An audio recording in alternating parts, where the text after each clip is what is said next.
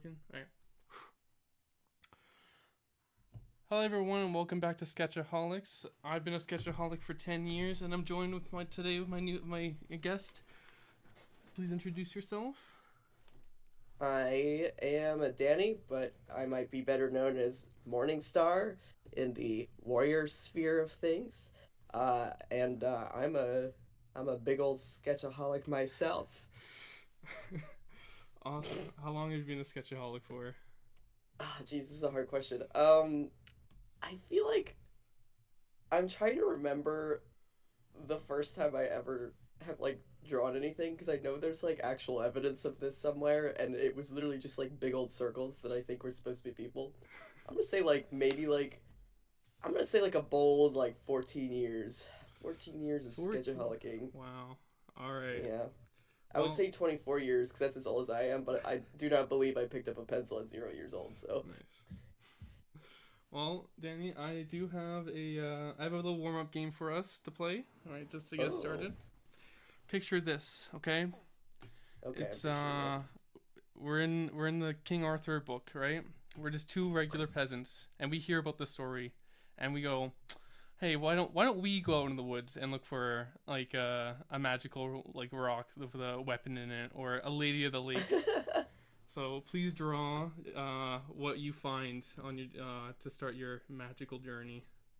Oh God, I would love to find a lady in the lake. Let's see what sorry, starting off real forward, Danny. No, what would I find? I'm gonna find something magical. I'm gonna start sketching some random stuff and see how I feel about it. Maybe I'm gonna find like a woman in a rock. Yeah, that sounds good. A woman in the rock. The woman in the rock. So just to get started, like get the ball rolling. What projects for those who don't know you, like what projects are Yeah. you affiliated with, or are you working on right now? So I would probably say to anyone who doesn't like know me but may be able to find whatever garbage I'm up to. I've been doing the like a revamp of the Warrior Cats TTRPG. Like it was pre-existing because I don't want to be like Mm-hmm. I'm writing an original take. Like I would say at this rate it's kind of an original take, but like it's called the Warrior Cats adventure game to those who are unfamiliar. And I started doing that just because for the love of the game, I guess. Well, maybe not. I didn't really like mess. I didn't like the game that much. I'm gonna be honest. Like I felt like it No. needed some work, but I wanted to play with my buddies, and I ended up kind of reworking it and fixing it, and then I wanted to record me and my friends playing it, kind of just cause I like recording. This is something I started off doing a while ago, is recording videos just for fun, and I made some TikToks, and those kind of like blew up a little bit. So that's kind of been like my thing is I'm kind of like the Warrior Cats TikTok TTRPG guy. Unfortunately, the Warrior Cats TikTok guy. But that is the big project I'm working on right now. I am working on some other TTRPGs in the background, but I've kind of been taking a little break from things like that. But I am always enjoying playing and play testing this Warrior Cats game. That's kind of my big MO right now, I would say. Mm. That's That's how I actually met that's most how I people. originally found the group was on TikTok too. So This is funny. A lot of people have told me. So, like, some people, like, obviously, I have made quite a few friends doing this now, and I mm-hmm. think that's really awesome. But it's really funny because a lot of people will be like, I feel like really flattered when people say this. Like, it kind of makes me flustered. But some people will be like, "Oh, Danny, I would have met my friends here if I didn't see your TikTok." So I'm like, this is like really high praise. I don't really know what to do about that, but that's like awesome, man. Like, that's really huge. That is crazy. I do want that server. It's actually it's quite a feat. Like what you accomplished. Thank you. I do think just to glaze you up a bit. Uh, I'm being so glazed right now. when I discovered it, I felt so. The story is I'm going to Japan, right? I'm on the bus to to go to like the an airport, and Mm, I'm just like listen to Spotify, which no longer I don't have Spotify. It's mm. controversial now, but I was like I was looking up a song called Warrior, and then just the audiobook comes up, and I saw like Warrior Cats. I'm like, wait a second, they have all the audiobooks for Warrior Cats on here, And I was like, what the hell? I'm Real. like, what am I doing? So I'm like, all right, download them all. So like, I rekindled my love, so I was listening to all of them, and then when in Japan, like early morning, I was just like in my hotel room looking at TikToks, and then just like one of your TikToks comes up of your players playing. Like I think it was like Ashwin being fucking like being Classic. unhinged, Yeah, and I was just classic Ashwin saying crazy shit. Yeah. but I was like, what the heck is this? I'm like, is this D&D but Warcast? I'm like, oh wait, I'm like, is this just like the war? I was like, and then that's where it happened. I was like, yo, I was like, let's get into this, and yeah, now I'm here. So Yeah, I'm glad. See, this is funny to me because like I think it's funny that Ashwin really took off. I'm not surprised because he's a cringe old man who says mm. crazy shit. Funny thing about Colin, the guy who plays Ashwin, him and I go to the gym together like Oh, regularly. nice, cool. Yeah, yeah, we are working out together constantly. So like it's kind of funny. I'll be talking to some people for the Warrior Cats thing, and I'll be like, "Yeah, I'm going to the gym with my buddy Colin," and then I pause and I go, "You know Ashwin," and everyone goes, "Oh, Ashwin." And I'm like, "Yeah, so I'm going to the gym with Ashwin right now." That's fun. Um, but yeah, I'm glad that like a lot of people. I was not expecting people to see it. I don't really know like when I post stuff, I the goal of course is to share. Like I like when people like see things, and I think sorry, I'm like retracing my steps. I Mm-hmm. think initially I posted it because I was like, well, it would be really cool if people saw it so that I could get like feedback on the book. Yeah. But that's the thing I really like was worried about is that I was like, well, I would like to playtest this, but you can playtesting a book is really hard because you need like multiple Yeah. people. And I was kind of just at the point where I was like, I just want to open this up and get a bunch of strangers in on it, and because you know that's when you're gonna get randos Mm-hmm. that are like they fully capable of breaking your game, Yeah. which is what you need. Um, so it's really cool that it's gotten a little bit of traction. Like I'm glad that people are interested because yeah, I feel like kind of awesome at times about it because it's like people will be like, oh, this part of the game's really fun, and I'm like, haha. I wrote that all by myself. And then other parts, people will be like, hey, this is really broken and stupid. And I'm like, I wrote that all by myself. Oh, yeah. It's cool that you guys found me through TikTok. I think it's funny because I have some.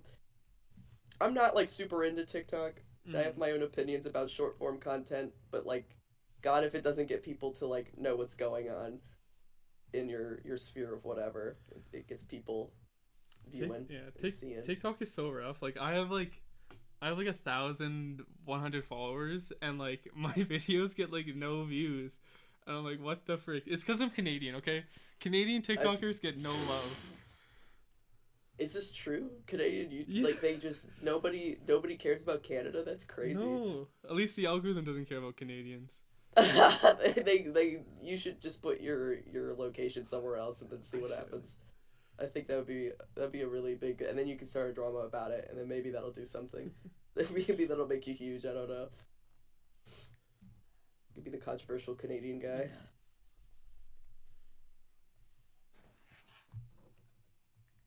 So getting into going back to Warrior Cats, let's just say, um, what was like the what was your experience with like the how'd you get into it as a kid? So this is fun. I when I was really young was not really into reading as a Mm, kid. I struggled to find a book that I liked, and I remember like my mom was trying to get me into like these different books about like I don't know, they were just like random whatevers. mm-hmm. Yeah. Yeah, just like easy to read chapter books and stuff like that because you know, chapter books was the thing that was eluding me, and I think I was approaching the age where like perhaps that should have been the books that I was competent enough to read at that stage. It just nothing was grabbing me. And I had a buddy, like I used to go to like a daycare. Mm-hmm. I had a buddy who she started reading the Warrior Cat books, and I remember she specifically had, I believe it was the original like Wayne McLaughlin cover for Twilight, which is it's got like Brambleclaw as the main cat like in the little square where you see their heads, Mm-hmm. and the background is like covered in like a billion stars with some cats like looking up towards the very very blue crisp night sky. And as a kid, I was like a huge like wolf kid and stuff like that. Mm. So I see this awesome like animal xenofiction cover, and I'm like, okay, what is this? Like, looks awesome. And my buddy, who's a huge nerd, was like, oh my gosh, well, dude, this is Warrior Cats, and you need to get into this now.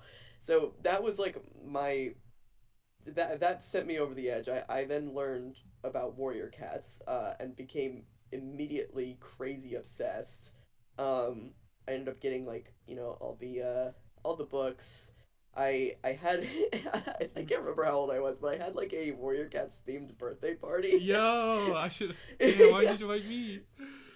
I wish I need to ask my mom if she still has the picture. She used to make my birthday cakes because she's awesome. She used to make my birthday cakes, and it was like one of the I believe it was the cover, like the background cover for shit. Which book was it? It it's one where like they're all cats and they're sitting in front of like the sunset or something, and it's very pretty. And she chose that one to create, Mm. and that was my birthday cake, was all the cats sitting in front of the sunset. I remember being like really tickled by this birthday cake and being like, oh hell yeah, my Warrior Cat's birthday cake. um so that was like very much a major part of my life. And then I got like older, and that I stopped reading around when Dawn of the Clan started coming out, and I Mm. just like wasn't really into it anymore because I had I had evolved my reading skill at that point. I would say I was like, oh, Warrior Cats is maybe not that good. um and I, for whatever reason, was like, well, I'm kind of over Warrior Cats now, so I'm just gonna like get rid of all my books and like sell them off to other Ooh, people, which yeah. is like crazy. I have no idea why I did that.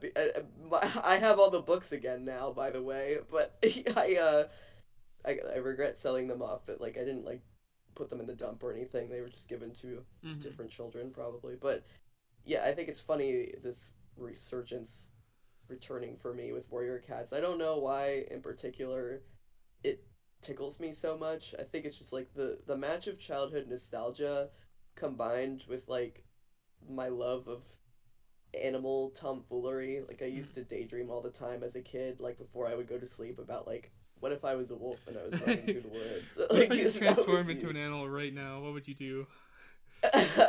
Dude, I would be so jealous if you transformed into an animal right now.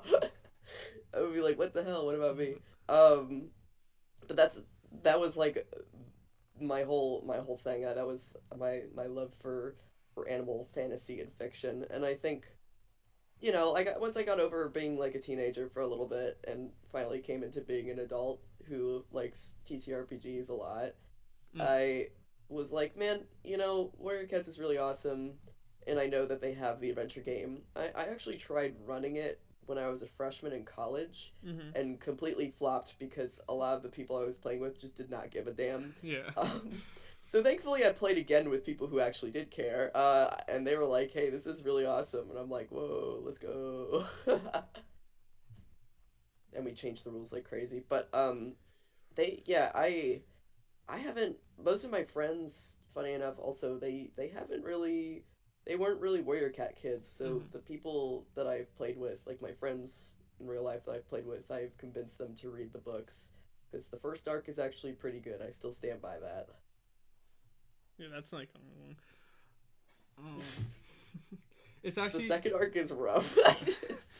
your story actually it's so similar and parallel to mine, like how I got into Warrior Cats. It's like damn, it's like we could have been like the best of friends growing up, to be honest. Like literally, literally. literally, anyone who's like, I was really into Warrior Cats as a kid, I'm like, bro, we would have been running around the playground together. I'm just saying. Yeah.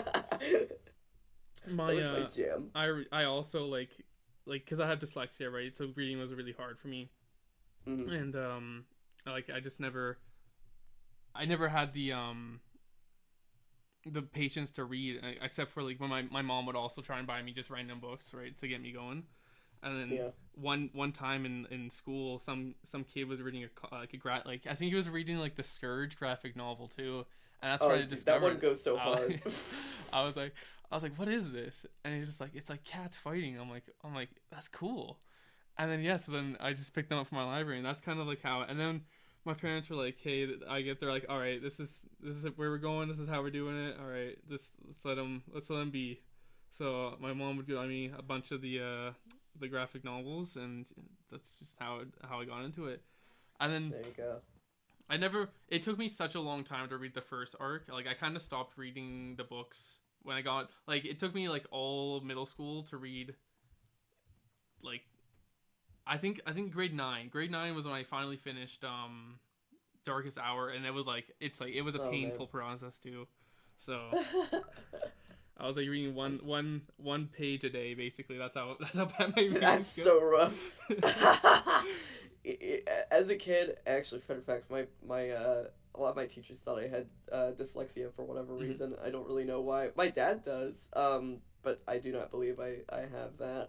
At this rate, I'm pretty confident I don't. I can't remember why my teachers thought I did, but it might have been because I didn't like reading so much. They must have been like, "Hey man, there's like something going on here." Um, but yeah, they gave me like the animal book, and I was like, "Wait, this is rad as hell." Yeah, the comic books, I remember those coming out, and I was like, "Holy cow, this is awesome!" I was like, "This is rad as hell." The present books that they have out right now, those graphic novels are very beautiful, and I I'm gotta read glad them. that I've only read the first one. Mhm. I haven't gotten any of it. Like I know they're already like coming out with like the third one, I think, or maybe Mhm. the fourth. I don't even know. They're on like the second arc already. I'm like, what? That's Scroll Flight on the cover. Holy cow! What did I miss? But I've only like kind of flipped through some of the books and like the newer comic books, and it looks like everything I could have ever hoped for. That's also how I feel about like the new like toys that they're coming out with. Oh I'm yeah, like, yeah. oh man, like as a kid I would have been all over this. Oh. Let's see. Are you done with your legendary weapon? I'm almost done with my. I'm kind of just coloring her now. Oh damn. She's the lady. She's the lady of the stones, but she also has a sword sticking out of her because I went all the way Nice. double time about it. Damn. Holy moly. Oh, Thank don't look at you. mine. Mine's terrible. What? I got the flail of time. I just had I was like that'd be epic. You know, Wait, the flail of time is pretty epic, actually. Oh, I like the little guy in there. it's like Hold this. on. It's like the rabbit from fucking all I roads love lead that to he's Rome. in there. Does he talk to you, or is he just like Maybe he a? might tell you the time. Wait, that would be awesome if you could see the time, but you open it up and he's like, He's like, it is five it's o'clock. 10:30." Yeah, you're like, oh, okay, thanks. It is 5 o'clock. Imagine King Arthur being like, "I've got a sick as hell sword," and you're like, "Here's my clock that talks to me." He's like he's hiding from an enemy, and the rabbit goes, "It's noon." No, don't tell them. It's noon. All right.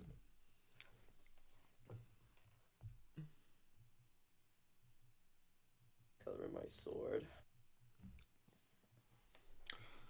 So only because we're still in the topic of like our past. How was like your childhood growing up? Do you like?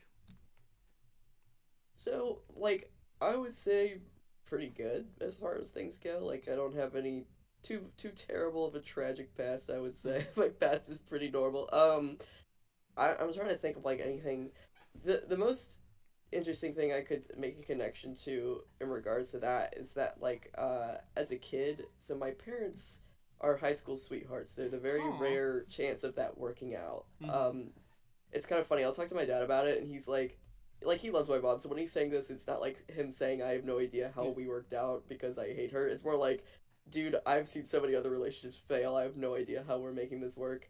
But yeah, he's often like, I don't know how we're doing that.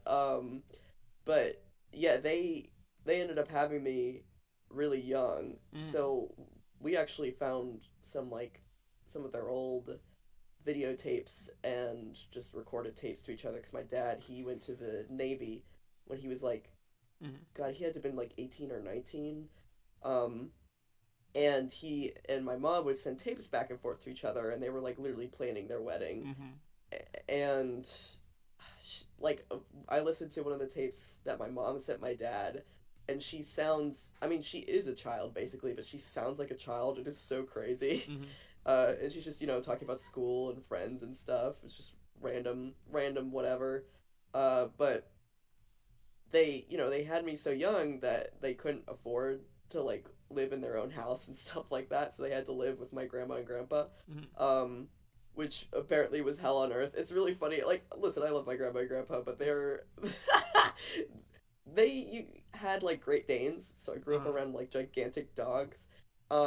And they're the kind of people who just like yell at their dogs all the time. oh yeah. So there's like a video of my dad, like he's gotta be like in his early 20s, and he's leaning over baby me, and he's like, la la la, Yeah. hi, playing with the baby, and I could hear like my grandpa downstairs go, "God damn it," to the dog. And I'm just a baby, and I'm like thinking about this. I'm like, guys, I have no idea how you would have survived this situation. I would have been so pissed off if I had a baby and was living with these motherfuckers. And they're like, yeah, it was hard. I'm like, okay, goodness gracious. But yeah, it's cute seeing those old videos and things like that. Oh, here you go. I have some cat related childhood lore. Oh really? Um, I do, yeah. So I never had a pet cat, Mm-hmm. but because my dad's allergic. I did Oh. have a dog, but my dad is allergic to cats. He can't have cats. Uh, so, but my best friend from elementary school, her family like would kind of like rent in different houses, and they were kind of like house sitters. Like they were like stay-in Uh-huh. house sitters, because there would be a lot of like retired people who would travel a lot. Yeah. That's who they looked after. So for us, that was like the world's most coolest jungle gym of all time. Just going in people's houses. Yeah, because so this one house she stayed at for a long time, like they had like a really solid thing going there for a while. Mm-hmm. They had like a billion animals. Like it was like crazy how many fucking Yeah. animals they had. And it was this mansion that had like it held a lot of like really interesting items that they had from like different countries Yeah. and like places that, like they were just like cool artifacts they had displayed. Um and I remember they had this.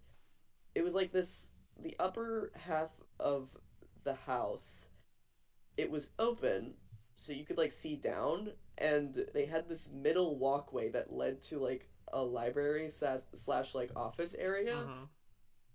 So there's this long thin strip walkway, which was like that. Of course, led to like many warrior cats mountain climbing games Mm-hmm. where like you would pretend to be on this precarious path and stuff. um so And, that was awesome. and one But day you pulled one of the books and a secret room appeared. a secret room appeared. God, I wish it kind of felt like that though. I'm sure there was a bunch of rooms that I didn't even see because we probably weren't allowed to go in there. They also had a really huge patch of woods behind the house, so we would, run around in there. But they had multiple different animals. And one of them was a outdoor cat named Charlie, and he wasn't really like an outdoor cat. Like he just kind of like hung out there, but he didn't like prowl the streets Yeah. or anything. He just stuck around outside and would like be like meow at you and stuff. Um, and there was a dog that they had found. Like he was just kind of walking randomly, and they took him in because they couldn't figure out who his owner was. So we were still like kind of debating if this was like a dog that they were gonna keep, or what the deal was with Mm-hmm. this pup. And we were like just two kids left to our own devices, which usually is fine. We were The just two adults were kids. nearby. Yeah, there's me and my good buddy. There were adults, but they were doing like kind of like a cookout Yeah. thing. Can't really remember. They were nearby-ish, but I I remember we needed to take the dog out to just, he's got to use the bathroom Yeah. or whatever. Do his business. And bro like got free and ran out, and Charlie sees him, and Charlie does not take too kindly to this guy walking into his house, like in his Mm-hmm. business. He's like, "What? Who are you?" So they're like, doing the thing where they're basically two animals circling each other, Oh yeah. and Sizing him up. it's getting bad. Like it's like, okay, these guys are gonna like get each other, and we're two like elementary school kids. Like we are dumb babies. We do not know what we're doing. I must have been in like second or first grade. I was like an infant Mm-hmm. basically. And so my friend, I'm just gonna say her name's Victoria. It's like Mm-hmm. not a super revealing name. My friend Victoria, she tells me she's going to get the dog, and she tells me get the cat. I'm like, okay, and I don't really know like what to do here. Mm-hmm. Um, which, by the way, if two animals are like rearing up to fight each other like that, you should just like maybe not get involved in all at all. Actually, like don't involve yourself in this situation at all. Um, but all I did, I remember I didn't know what to do, so I thought maybe I should try to pick him up. This is a bad idea. I gently brushed the tip of his tail because I Mm-hmm. was just kind of tepidly Ooh, reaching yeah. out to him. He turned around, and it was so fast, but he basically bit and clawed all the way across my right leg. Ooh. Mm-hmm. Yeah, I still have the scars from it. But yeah, I got my warrior cat scars from good old outdoor cat Charlie. Mm-hmm. But yeah, like literally, like it looks like it's kind of funny that in the summertime if I get bug bites, I can't tell if it's the cat Yeah. bite scars or bug bites because it literally looks like giant little dots on the back of my legs. He got me good. Damn. That's my treacherous. I got attacked by a cat once lore. But cats and I are cool. It's fine. Mm. I'm not like scared of them or anything. It's all good. It would be a little weird if I was at this rate, but you know.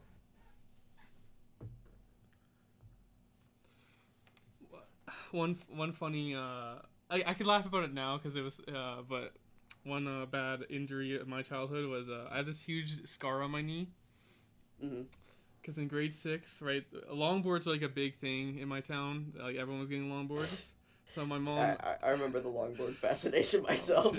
So my mom as an early birthday present. This was like the last day. This was like 2 days before the last day of school too. So she gets me this longboard, and I'm just practicing with it because I had a friend who would like longboard around. He would lend me his because he had two, right? So we would like longboard because so I had some experience, but I was longboarding around my little neighborhood, and then finally last day of school I take my longboard to school, and to get to my school, there's like two ways. There's like this overpass bridge. That's just like that people like to like to bomb, like to go down it with their Mm-hmm. longboards. And my mom before she went to work, and then she told me, she's like, do not go down the overpass on your longboard. And with a few of my friends, like I went I went with my friends and then two other like people that went to that were in our class, but I wasn't like good friends with. They go longboarding, right, and they all go down like the overpass. I see them do it. Fine, I'm like, all right, and I literally, it's like that one vine. It's like, my name is Martin McFly, and I'm about to bomb this Master Hill.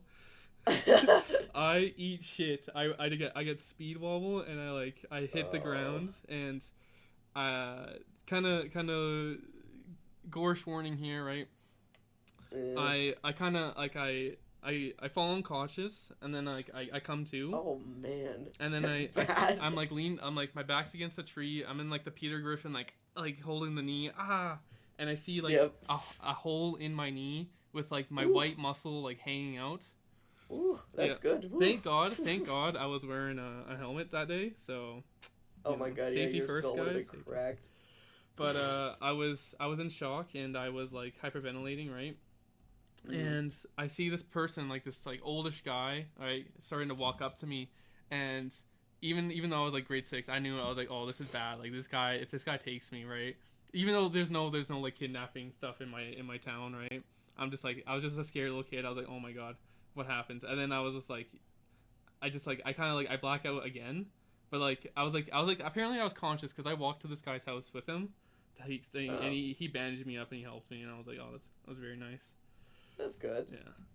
Why did your friends just leave you? They did, because I was What the fuck? sorry. Let me state that I watched them all go down, and then it's like this like long catway, so they just kind of like all turned at the end of the catway, and I was like the last one up there, so like Oh, I guess, yeah, but they didn't wait for me, so what? They just assume you go. That's crazy they of seemed that I them. like went a different way home too. So I mean, like, I don't They were just like, damn, where'd he go? Whatever, know. that's probably fine. Yeah.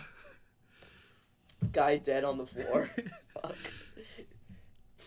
Yeah, but I would have milked that shit. I had a cast that summer, and we went to.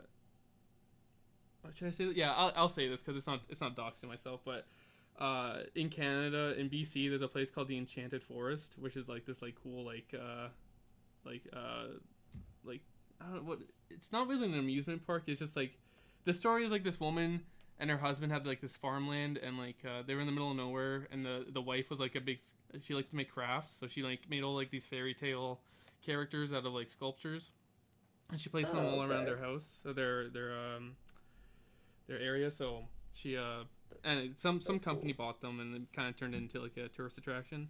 Anyways, we like to go there sometimes, all right? And there's a Hmm. picture of me sitting having tea with like this turtle with a mushroom and with my open wound because I need to let it breathe. Fudge. I should ask my mom about that photo. I'm like, Mom, do you still have that photo? She's like, yeah. You have me with my open wound. God. The nasty open wound photo. That's awesome. Yeah, I had to walk around with like a big old thing of gauze all over my leg like for a really long time. And I remember all my friends being like, dude, what the hell happened to your leg? Because I was like, I bet you had to do this too, but I was basically just limping everywhere. I had to awkwardly limp everywhere all the time. It was pretty great. It sucked. That vacation when we passed by the Enchanted Forest, we were going to a place called Penticton, which is like this big lake town. So I couldn't even Hmm. go swimming that summer. Aw, man. Yeah, he had the big old wound. It wouldn't have been a good idea. Like, I remember my grandma telling me, you know, if an elephant was charging you down, you wouldn't be limping. And Mm-hmm. I'm like, that's helpful, thank you. Thank you, Grandma. You know, I'm like, I bet I wouldn't have been, Grandma. Smiles. Like, I did. Like, what? Thanks. Oh, man. Family. Yeah, though, that's really great. I love that your friends accidentally left you to die. That's a really cool part of the story. I would have been like, thanks guys, by the way, for Thanks, letting guys. me just just letting me die there. That's really cool. Uh, all right, moving on. Let's move on. Do you have any like hot takes about like anything like the world or The people doing world. the world? I do have a hot take. So I'll wait, but to yours Hot first. takes. I a hot take about the world. This is a hard ask. I feel like I don't know. I feel like I certainly do have a lot of hot takes. You know, no, here's my hot take. This is gonna make it's kind of honestly it's kind of stone cold. It's just one of those things where it's like some people fuck with this and some people don't. So you know, I really like horror movies, and Mm-hmm. admittedly, I really like artsy fartsy movies. Yep. But a lot of my friends don't. So in most cases, I'm sitting down and like watching shit like Avengers Endgame and shit like that. I gotta be so for real. I hate those movies. I I don't like hate, them at yeah. all. I don't like superhero movies. No, here's my hot take actually with superhero movies is that I feel like any movie that does the thing where it's like we're gonna be live action now with this Mm-hmm. big fantastical thing, I'm at this rate like why are we not animating this? Like I feel like there are so many movies that should have been an amazing animation, and that's why I'm okay with things like Into the Spider-Verse because I'm like, Mm-hmm. right, because if you're doing a superhero movie that's super big and fantastical and you're having a guy do insane things, it looks way better when he's just bouncing around and being an animation because I just feel like some of it's like I don't know. Also, like admittedly, like not to be that guy, but like Mm-hmm. it is a bit of a cash grab, and it kind of drives me crazy. Like, okay, whatever. Like, yes, you're a big budget movie, and I could kind of tell you didn't care, and I feel like it's led to a lot of like kind of bad habits when it comes to films and TV shows and stuff. Like, I'm just like, I'm kind of over it at this rate. The last movie I saw that I actually enjoyed, and I that was kind of a newer film. Funny enough, was Iron Lung, which I I'm knew gonna you be were gonna so say for that. real. I I was gonna be so for real. I really thought I was gonna hate that movie. I was mhm. so ready to be like, nah, this movie's not good. And I watched it. I'm like, actually, that was pretty alright. I'm not mad at it. I I'm not kind of mad had at that that movie idea at all. too. I was like Markiplier and Jacksepticeye. I was like, but it was pretty good. I gave it a solid like 7.5. It's a good movie. I think that's fair. Yeah, I I was a think that's little a really lost because I fair didn't. Yeah, rating. I was a little lost because I didn't know what like the game was. So I was like, yeah, it's like the first time I was exposed to that series. So I was like, yeah, I was like, yeah.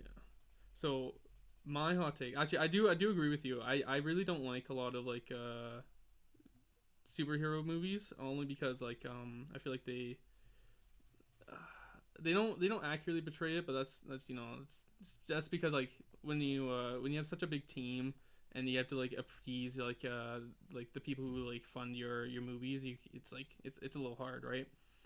Hmm. Um wait, where was I going with this? I already forgot. Um oh yeah. So but I'm not a big fan of like Disney Marvel movies. I don't even like I don't like the act. I'm a big eat the rich person, right?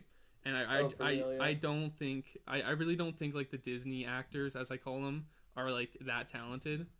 So like I just when I absorb media, it's like um I really have to think like is this something that's actually worth my time to watch? Like, should I be giving my energy, to this person and what they're saying or what they're like or what the story they're trying to tell? In most cases with the movies, the Marvel movies, no. Like it's not gonna be I that mean, crazy, unfortunately. plus like there is some crazy cool stories in the Marvel comics and like some like crazy characters that like would be like so much cooler to see have a movie.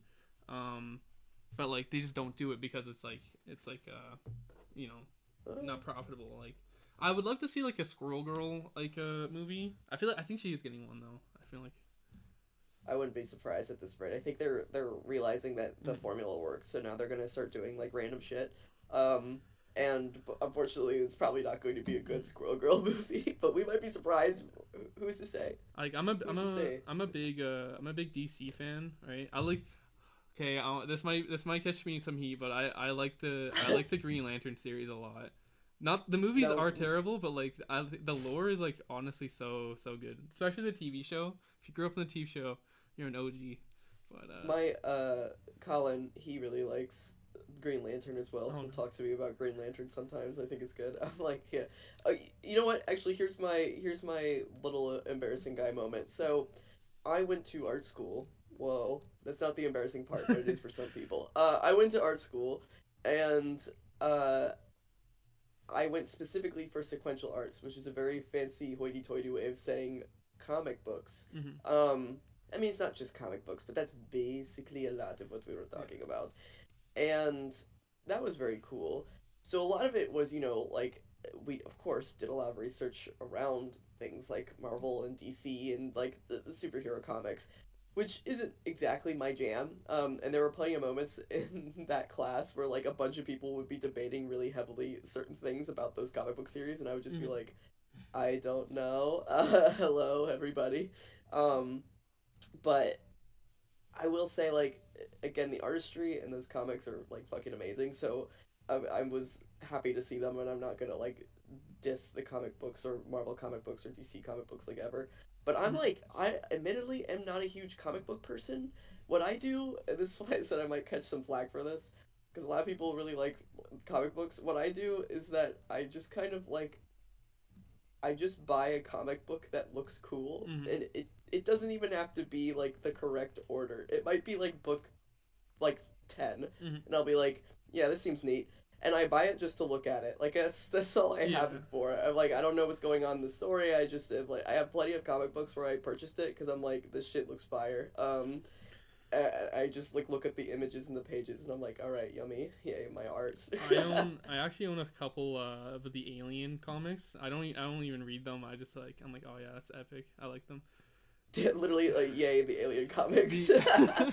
The the only alien graphic novel I actually did read was the Dr. Churchill story, which actually I feel like you'd probably vibe with because that one is kind of like it fits your vibe how you kind of like I was My Dr. Churchill vibe. Dr. Churchill vibe. No, it's like it's a very gross story, I guess to say. There's a lot of like gorish or like really messed up things that happens to him because the thing is like the story is like he's like a young teen or something, and like his family is also on this like research vessel like spaceship, and they crash land on this planet, I think, which is like the actual native planet to where the xenomorphs are from, and they kind Oh, of that's like exciting. they take them, but they don't kill them. They like they use them as like they use them as the whole thing is that like the aliens try to assimilate him, but like they're like sick with a disease, so it doesn't work. But like so he kind of like he Whack. yeah, but so instead of like he tries to like make himself useful so he doesn't get killed by them. It's kind of neat. Uh, There's some really messed up stuff. You have to read it. Like I recommend you to be like, yeah, this is epic. okay. It's some messed Okay. up I parts like in me it. a good. I love me a good messed up horror thing. Significantly, that is like my fave thing to Mm-hmm. indulge in. Yes, Just actually no, me, I'm a not horror gonna say that on freak. YouTube. I'm not gonna say what he does on YouTube. That's kind of gross. It's too much.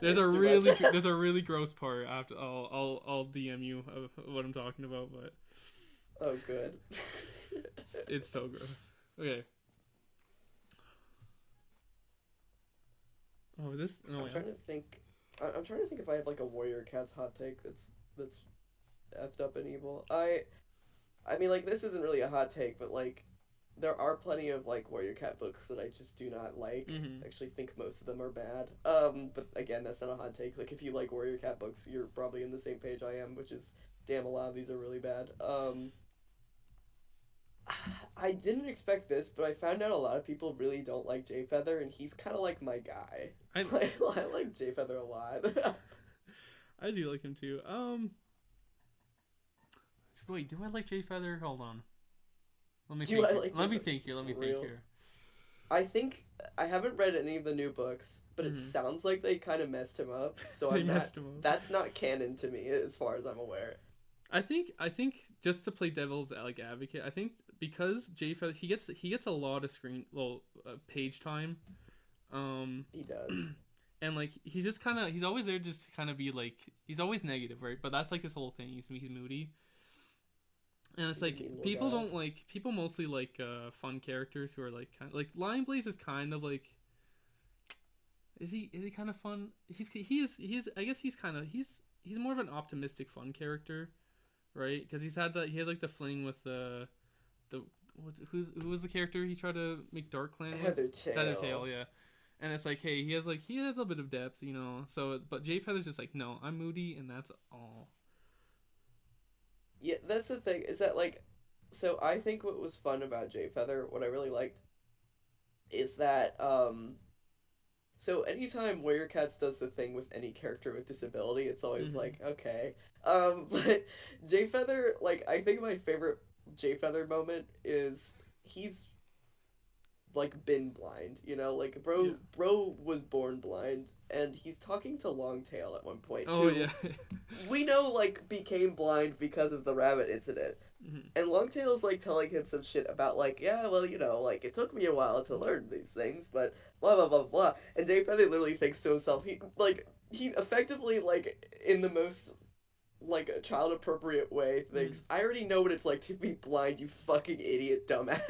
Like he's just sitting there quiet. He doesn't say anything because he knows better than to speak up Mm-hmm. because he's getting the I'm just a kid treatment right now, but it was the funniest thing in the world to me. And I'm like, no wonder Jay Feather's such an asshole to everybody all the time. It's just like he's like, I really don't need anyone to spell out my disability to me right now. Like, thanks, bro.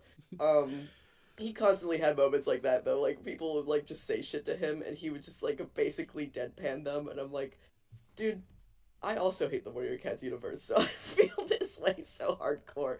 I feel like they it felt for once at sometimes like I actually really like that we get a character who is disabled in some way that is Mm-hmm. not like overtly optimistic and sunshine and rainbows. Like it's not like he's kicking a rock and saying it sucks to be blind. It's just like, you know, he knows that it's hard to live in this world, and he's not pretending, which I like quite a bit. Hey, there's a color dropper tool that I've completely not Oh. noticed till right now. That's so cool. Yeah. But my talking about Jay Feather reminded me of this. My other Warrior Cats hot take Mm-hmm. is that there's like a so Firestar in the books, I feel his characterization becomes kind of confused after a while, which happens to a lot of characters, Yeah. like Yellow Fang. But I think people misunderstand his character after a while. Like he is just like a human guy after all. I mean, he's not like a human guy, but you know what I mean. He's just Yeah. like a guy at the end of the day. He's just like a dude that people, and he has like really reasonable takes. Like the first arc of books, he's like, "Damn, it's kind of crazy that you guys are like weird about outsiders and weird about people with disabilities. Like I don't know, maybe we should fix this." And everyone's like, "This guy's like kind of dropping like some real shit right now that we should be thinking about." I'm like, yeah.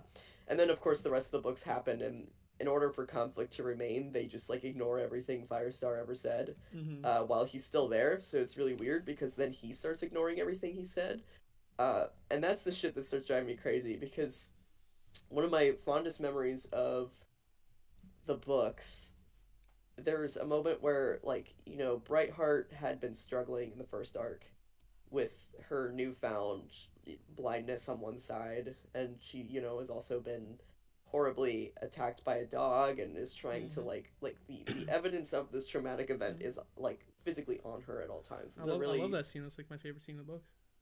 yes, a really really difficult, and I love that like Cloudtail was training with her because they're trying to learn, like she doesn't want to stop being a warrior, and I love that. She's like, no, this is my thing. Mm-hmm. I wanted to do this.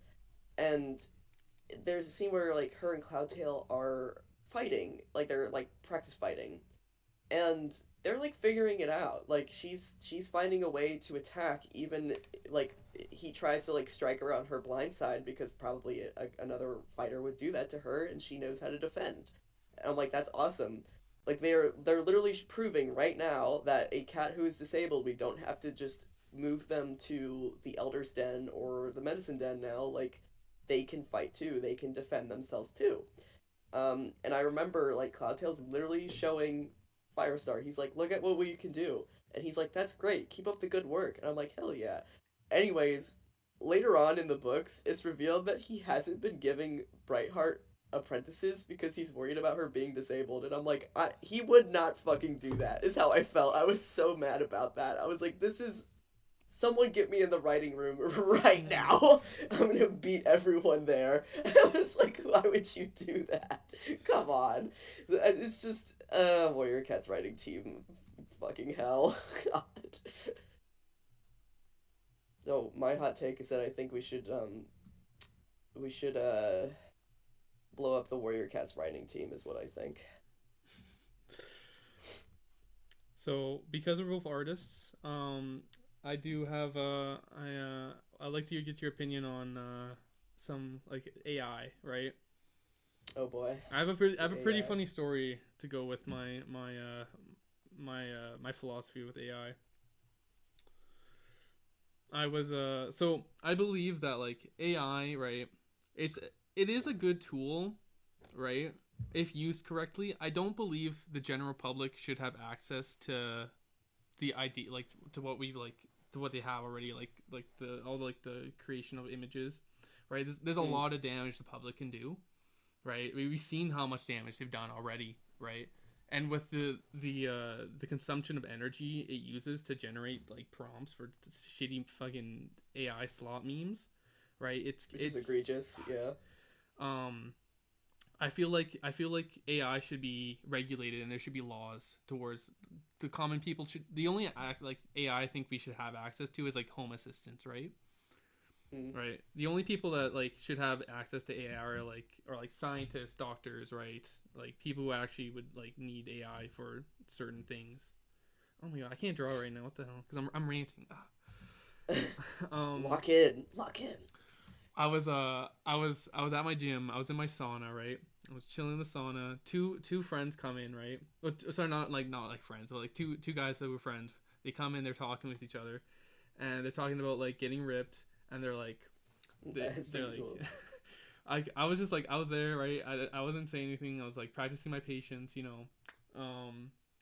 and one of them just like they're like AI like tells me how to like do my workouts and it works so well, and I'm like, and in my head I'm like okay, What? and he's like, here, let me show you. He's like to what I assume, because I'm not looking at them, they're on their phones. The one guy like sends a picture of himself or something into AI to ask it what it should like, how like ripped I look, and like he's like asking it how to like develop his muscles, and the AI is like, he's reading off the AI, so I know what he's saying. But he's like the AI is like agreeing with him, right? It's telling him that he looks good and that his muscles are lean and it's like peak performance, right? I'm like, Right. but they're genuinely believing this too, and I'm like no way you're actually believing that the AI like it's that's what the AI does. It glazes the person to make them feel good. Like it's not gonna say bad things. Oh yeah. Like and like I don't know if they were like being serious, but it sounded like they were like 100% like on board, like they believed everything it said. And I was like, no, like this cannot be. And then I don't think they were young. I think they were like maybe 22 ish. I think too. So I'm just like, guys, come on, like. But I held my peace. I wasn't gonna start stuff in the sauna, you know. I was like, fuck. This is my time to relax. This is my time to relax. So I had to. Yeah, I just. I think that kind of stuff is so silly. I Mm-hmm. think because I it's interesting that facet of it, right? That facet of people using it to talk to it essentially. Mm-hmm. I think that part is very curious. I think the like marketing around it's very curious. It Mm-hmm. kind of is like a classic display to me of like the absolute desperation of companies, especially tech companies, to sell us on something that we generally the public I would say like I know there's a lot of people who like use it, Mm-hmm. but I would say that like there seems to be a pretty strong like facet of people who just do not care for this at all or Oh like yeah, find yeah. it a little like silly like because that's where I am with it like I think most of its use, especially in like more frivolous ways, it is quite silly to be like, "Hey AI, like, Yeah. what should my workout be?" Because, like you said, it does agree with everything you say. Which I've seen like YouTubers talk about this, where they'll be like, "Hey, this is like really dangerous." Which, of course, yeah, it is very dangerous. But they'll try certain things with it. Like they'll be like, should I feel paranoid? Should I isolate myself?" And the Oh AI yeah. will be like, "Yeah." And that's like crazy to me. I'm like, maybe that's not good. That's really dangerous because there's people who will not. There's people who are very lonely and they will not use these things Mm-hmm. as they are intended. Which, to be honest, fully transparently, I don't really know what they're intended for in this instance. I don't even think these companies know. Like I think that's why we're being guinea pigged right now. They don't really Mm-hmm. know what to do with it. They're kind of like pretending they do. Like, oh, this thing is an assistant. It's a virtual assistant. It'll help you out. But really, what it serves to do is like get in my way. More than anything, I feel like it encourages this bizarre unneeded laziness, which is, at this rate, I'm just kind of regurgitating takes that plenty of other people have said. Mm-hmm. But, like, I think, I don't know, like, I just feel like I'm waiting for the bubble to burst. I'm waiting for the inevitable to happen. Like, what were those things called? When that people were, like, selling, like, those monkey, like, art pieces or whatever? Oh, the NFT. Yes, yes, yes. NFTs, yeah. It feels like it's going to be an NFT situation where inevitably we're all going to forget about it. Like I think a lot of people have like a very dramatic idea about it, but it's reminding me exactly of the NFT situation where we're all like, this is stealing people's art and like it's becoming a huge thing and everyone's Mm-hmm. going to like it's gonna ruin everything. We have not talked about NFTs for like a long time now, and I think in all honesty, because of how these companies are using AI and how it's open source and everything, and right now, for now, a lot of people are using it. I genuinely think, like, they've already said this. They're operating on a loss. Like we're not supposed to be using it like this. Mm-hmm. And they've admitted, like certain AI companies have admitted, hey, yeah, we're not making any money from this. We're actually bulldozing a bunch of shit and losing a crap ton of money while also, of course, destroying the environment while we do it. Um, so this is effectively just trying to be a proof of concept. Eventually, I think we're going to start seeing subscriptions pop up. Mm. Oh, you want to keep using this? Oh, well, then you have to pay me $10 a month. You want to keep using this? The price is going to increase. And then everyone's going to suddenly become real mad that it's going to be paywalled because there's a lot of people who do use it. And I'm not going to be surprised at that point because I'm like, yeah, well, of course. It's like how the Netflix thing turned out, right? Like, everything seems so cool and free for a cheap subscription, But now there's certain tiers, and now you have to watch ads, and now Oh you have to yeah. do like nothing's for free. Even like I understand the stance where people are. I'm kind of going on a tangent right now, but like people talking about things being free on the internet, and that was like a great day of the Wild West on the internet. But the reality is that nothing can ever be for free. You are operating on a loss. And I'm not even like trying to be like capitalistic about it where it's like, ah, of course, everyone needs to make money. Like it's just one of those things where I'm like, inevitably because of the systems we have in place, we're not going to get anything for free for very long unless there's like a big change. So I do feel like personally, I feel like I just don't really have anything to fear when it comes to AI. I'm just like, all right, well, a whole lot of dumb people are being dumb with it, which is not surprising me. But I think I'm just like just waiting for the inevitable loud crowd of angry people when they start seeing these subscription things pop up, and I'm gonna be like, wow. Who could have seen this one coming? Oh no. Like that's thank God we're not wasting a billion resources now using it. I think the whole reason why they're making small dogs like us use it is because they want big dogs to use it. It's just curious that everyone else is trying. I think it's just the classic we need to data mine to Mm-hmm. hell and back because that's the only thing that makes a significant amount of money online nowadays, which it's kind of ties into like the stuff Discord and Yeah. Roblox and stuff are doing now with the face scanning shit that they want to instill. I'm like, well, that's weird. Yeah. Okay. Actually, the when you were talking about subscriptions, you got me. You reminded me of a topic I had a fight with a friend about. Um, so like I'm not like a huge like I'm not into like big sports, right? Like I like a lot of Hmm. like smaller sports like bouldering and you know, archery or stuff like that. Yeah. So I was browsing TikTok and I'm seeing like the Super Bowl be played on Nickelodeon or like on Disney, and they have like the actual team players be like rotoscoped over as like Mickey Mouse dunking on like the opposite team. I'm like who is this for? I'm like I'm like I know like this isn't for me because I'm an adult. This has to be for the kids. But why is it for the kids? And I'm like Yeah. and then it just started to click in my head, right? Like kids today, their media is like insane. It's so fast paced and like it's so flashy, right? That like sports, it's just it bores them, right? Like I don't see I can't see kids today enjoying sports, right, to watch, Hmm. right? So how does their franchise? How do they get viewers to keep watching it, right?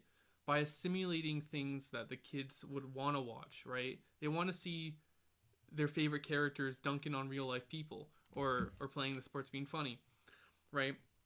So Yeah. then this also leads to why I think that Ready Player One is like it's such a like it's so spot on the future.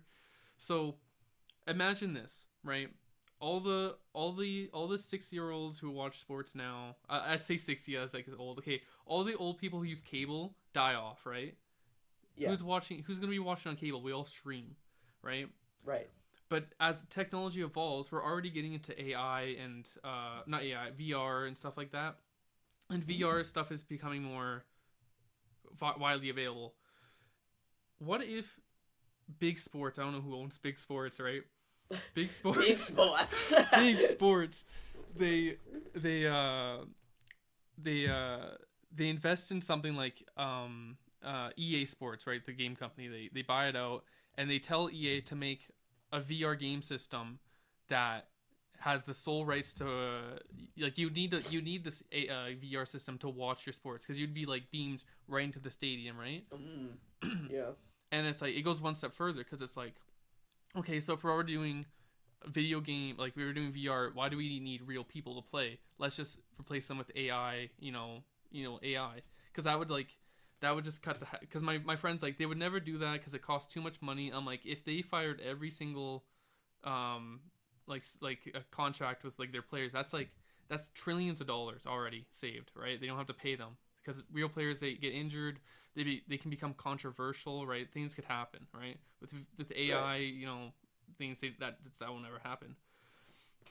And it's like this would how it would be is that we would all just eventually it is kind of like player one. We would all just kind of eventually have like our whole world's around VR, and like everyone has like that little VR like system on their head. And I'm like, my friend, he's like, no, I'll pay for cable. I'm like, but like they'll never do it. Too many people watch cable. I'm like, but that's the thing. They can just deny people the cable. So that's their only option. They can just be like, no, you have to. It's the only way you watch your sports is through their VR system. I feel like too, to like build off this idea, at the very least, I think it's really interesting how recently, like in certain places, sports betting is no longer illegal. Mm. Um, like especially in America right now, it's like actually a really big problem. And like every 5 seconds, there are like a billion like FanDuel or like whatever these like betting kings or whatever it's fucking called. There's like a billion sports betting things happening Mm-hmm. right now, and I'm thinking about like the concept of like becoming involved, becoming immersed, which a lot of like dystopian stuff like it does the immersion thing because there's this idea, especially in like Ready Player One, and there's this idea where it's like the real world is so shit you do not want to be Oh present. Um, I think I can see like the world of like this idea of like esports and stuff because streamers are so huge. Like I keep saying this as like a joke to my partner, but I'm like kind of being for real. Like when we watch like Germa and stuff like yeah. that, Mm-hmm. like me and my partner, I feel like we're watching our generation's version of Saturday Night Live. Like it Yeah, feels like a yeah, I show could, yeah. goes to us. But you know what I mean? Like Uh-huh. I feel like that's what streamers are to people. It's like, Mm-hmm. oh, I watched Ludwig last night, stuff like that. And it's like, oh yeah, yeah, yeah. What? Okay. Like that's What? being like I saw Jimmy Kimmel or whatever. Like that's our generation. So I'm like, okay, so streaming is like the thing right now, and I think we can expand on that. The idea of there being like an extra added immersion, the idea of there being like sports betting becoming Mm-hmm. like a bigger thing. Like I could just totally like I'm on the same page as you. I could see it becoming like a weird thing where it's like I'm getting a little lost in the sauce here, but I feel like inevitably it'll become a thing where like people will try to like bet on themselves in some ways, or people will try to like get money out of it Mm-hmm. while you might be literally fighting against bots and shit like that because dead Mm-hmm. internet theory where it's like nothing exists online anymore, Oh it's just yeah. a bunch of bullshit. I feel like I'm seeing where your brain's going though. I'm like I can see this happening in a way. I can see it being like, oh, let's just get crazy with it, I think. One of my favorite streamers. I actually no, I shouldn't say that, but one person I think is really funny, even though they're a bit problematic, is Sketch. I've never heard of Sketch. What's Okay. Sketch's deal? Well, actually, I don't know because it's been so long, but he was like I think he was like a Republican. Like it was I don't well okay I shouldn't I'm not saying this. I just it's been so long, but I can't remember. But I think that it was like he was a Republican. I think he I think he would platform Sneeko, I think. Something like Oh, that. okay. I've heard of Right. Sneeko. Yeah, yeah, Yeah. yeah. So, but he has some like crazy one-liners and like he kind of talks in the same pattern as like how Donald Trump kind of talks. Where he goes like, "Well, they never said that." He's like, like, do you know what I'm talking about? Yeah, I know what Like, you're talking about. like he kind of has that sort of like speech pattern, which is kind of funny. So he's pretty whippy too. But yeah, he's uh, Is this your Saturday Night Live he kind of is. host? It is. I mean more. I mean I'm more of like an H3 fan, but But that's the thing, right? The streaming is. I'm noticing a lot of because H3 I remember was more of a YouTube thing, and mm-hmm. it's becoming a streaming thing. I'm not really like a stream watcher. Yeah, me Like I never neither. catch anything live. I always have to watch it back because I feel like it's such a huge dedication to Yeah. catch it for the first place. Um, but like I do enjoy it. I do enjoy a good stream. Like even if I'm not there for the live bit, I don't really care for the audience interaction. Like well rather because that is like a big part of it. I guess like I don't care for when I can see chat scrolling by. Like that's not Mm. the part that's fun to me, but I do like it when they like interact with chat. They're like, "Oh, don't say that. That's so funny." Like I'm like, "Haha, hee hee." It's a very I understand why it's so popular, right? Like it's a very like it's a way to feel connected Mm-hmm. to whomever you're talking to, which is very exciting Yeah. It's and also new and dangerous though too, fresh. you know. Oh yes, it's very dangerous. This the way that people are treated online, I would say, is it's deeply curious to me, and perhaps like honestly, it's a little threatening. Like I'm okay, no, I'm not gonna like act like I'm some big major famous guy, but like Yeah. every time I see the number go up, like my anxiety Yeah. starts Oh yeah. spiking. I'm like, oh god, please don't be weird to me. I'm like, oh jeez. I've had some people say some weird shit to me every now and again. It's nothing Oh like damn. crazy. Nobody's been like, I want to like smell you or something. Like it's never been like that crazy. It's just like Please show your sometimes feet. people will talk to me. Yeah, show me your feet. Show me your paws, Buster. Nobody said anything that like is creepy. It's more like I noticed that people like if you post stuff online, and I'm a friendly guy, so it's fine. Well, admittedly, I'm a little standoffish, but like I Mm-hmm. try to come off as friendly. But like some people will talk to me in a way that I can tell that they don't really see me as like a human guy. Oh yeah, like an idol, sort of. Hmm. Or they'll talk to me like we're friends Mm-hmm. already.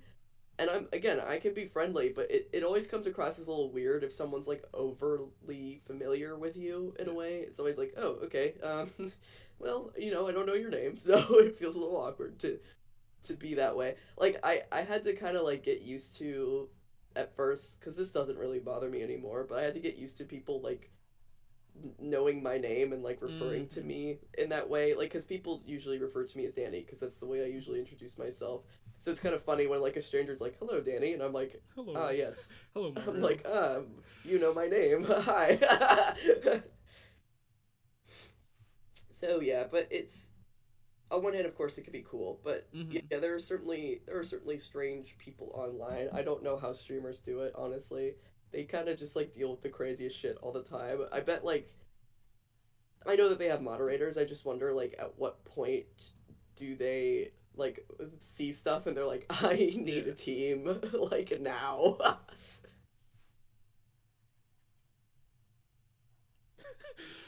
I'm okay. Like I need you to come over to my come to like the bottom corner of the canvas for a second.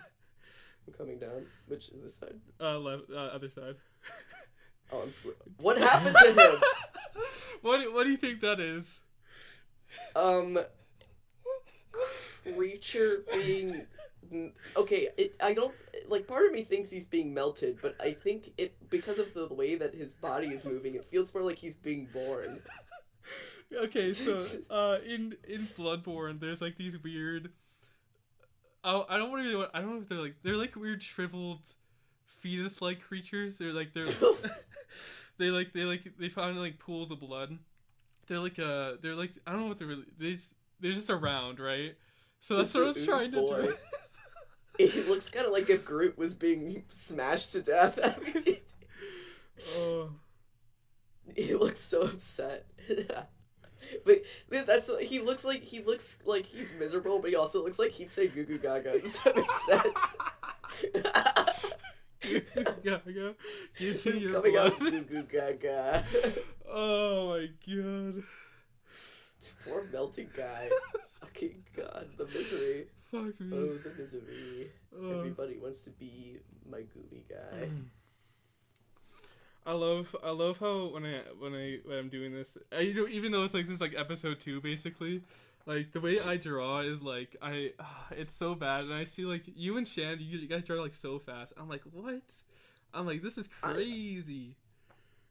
Well, here's my thing, right? Like I've been doing this for like how many years did I say I fucking was doing it? I don't know. 14. I've been doing it for a while, and like the thing is too is that like I feel like I don't know. I don't even want to like compare us as the thing because like I feel like Yeah, oh your yeah, that's like not it. capacity to like tell stories and shit like that is so sick and cool that like I think you enchant people either way. Mm-hmm. Like I don't want to be all like You're not good at art, null. Because, like, and first of all, that's shitty as hell. Like, I'm never gonna be like, oh, null, yeah, that's right, you suck. Like, no, look at this guy right now. Look at him and tell me right now that he is not so delightful. Look at this guy right here and tell me he is not delightful, okay? Like, I'm getting so much out of this right now. Like, I'm like, no, this is everything to me. He's such a little guy right now. He's so excellent little guy core. Mm-hmm. Plus, this is very pleasant. Oh, like that's him. that's Bear from the Big Blue House. Ah, I knew I recognized him. He looks so huggable. It's very excellent. I like his big blue nose. Thank you. Looks very shiny in a good way. Me circling it slowly. The blue nose. Actually, let's change the topic only because now that I'm on bears. I know, I know your ass is a furry too. So like, let's talk about furries a little bit. How now? What kind what kind of furry are you? Let's just. What kind of furry am I? Now, all right. What? So, I'm not super involved in furry lore. I will be honest, so I don't know like what this means. Or is this just like an up to me question? Kind of let me explain it. Like I have been like a furry since I want to say Vine, but I feel like before Vine, you could just kind of know, right? Like you're real as hell for that one. Yeah. You do just kind of know. And like when I kind of discovered furries on Vine, I became more of an observer. So I've observed the furry fandom for a very long time, right? I think it's very fascinating, its history, and like actually how far it goes, right? Yeah. And because like you could literally trace it back to like I don't even know when people started wearing animal skins, right? Basically, right? Mm-hmm.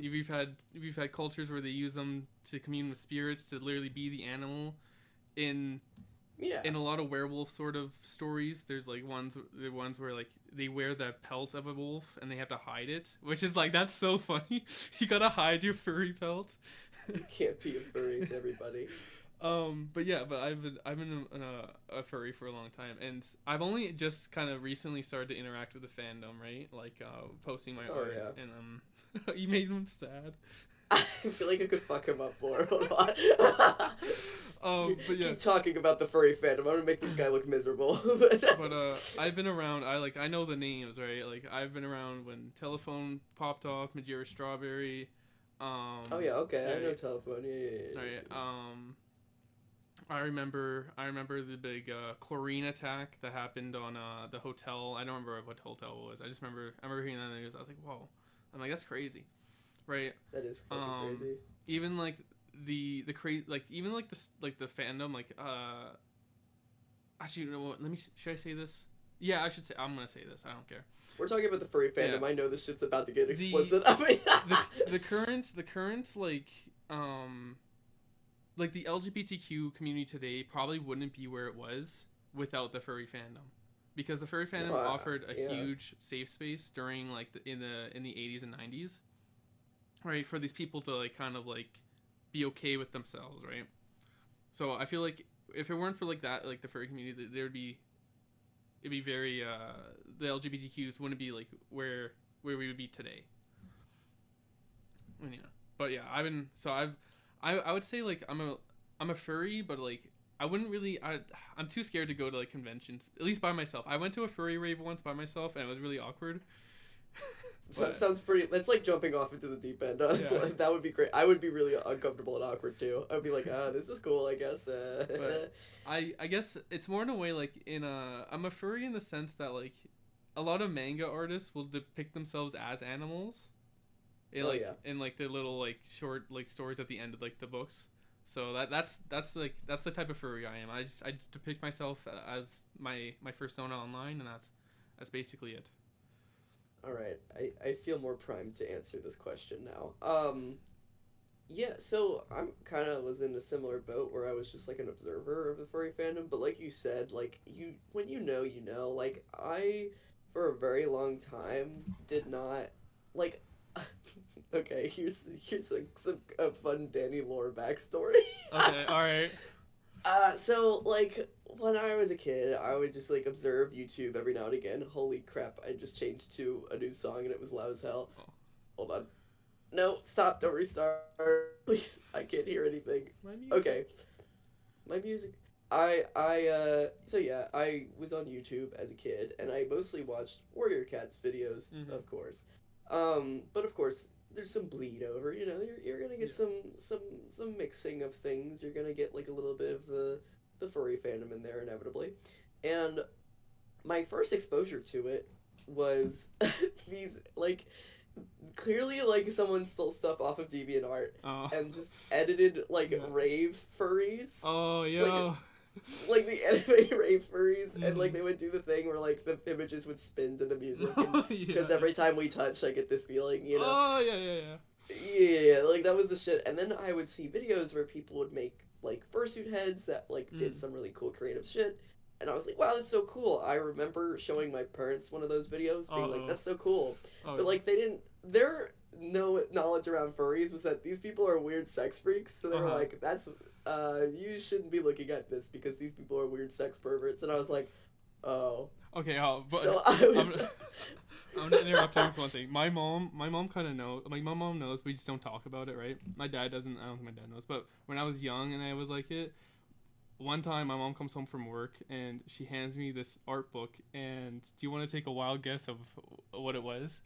Was it how to draw furries? Yes, it was How to Draw First. I still own that book today, and like, oh my god, I felt like this form of like, I don't want to say shame, but it was like the if someone extracted the cringe out of me, it would be like the purest cringe like in existence. It was obviously my mom trying to like like Be be supportive and supportive, shit. but Yeah. like it's like one of those things. Cause as a kid, I was like, I don't really want to tell people about this because it's like I know the reputation, and I'm like, oh fuck. I'm like, my mom knows she clocked my ass good, and I was like, fuck. She really got you. Yeah. To do that to you. Fuck. And yeah, I still own it today.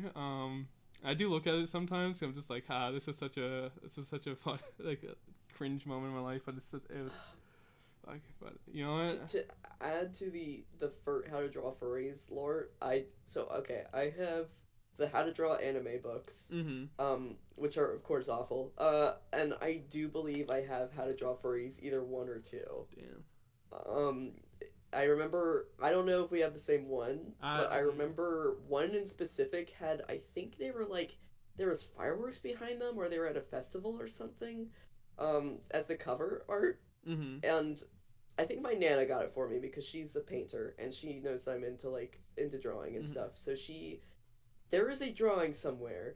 My nana is like what I would say, like she's literally what they call a master painter. Like she's I'm a the master painter. at her craft. She's a masturbator, yeah. Mhm. She's a master of her craft. And there is a drawing that my nana made of a fox furry, like a Mhm. fox woman. It's like just her Damn. head. But there's like a beautifully rendered fox woman somewhere made by a master painter in my folders of things. Do But you know about the kissing rats painting? yes, Yeah. my friend actually sent that to me really recently. The video of like the fucking, because my one of my personas is Yeah. a mouse. So people keep sending me that Mhm. fucking video because he looks like those guys kissing. And I'm like, come on. Dude, do you think your grandma's behind that? Dude, that would be kind of awesome if she That's a was. legacy. I wish that's my goal in life, to be as infamous as the kissing rats painter. If I could get my paws on a like original kissing rat painting, I think I'd be set for life. Not like, for Mhm. wealth, but just for like inner Collection. wealth, in my heart's wealth. I have that, but for the Dr. Seuss midnight paintings. Even though Oh, sorry, Dr. Seuss. That's how you pronounce his name. Dr. Seuss. Mr. Swiss. Yeah, Mr. Seuss sauce. Wait, shit. We were talking about me being a furry. Oh yeah, okay, we off topic. Right. What did I was okay? So furry drawing Yeah. books, and my parents saw the furry stuff, and they were like, "That's cringe. You shouldn't do that." And I'm like, "Damn, sorry."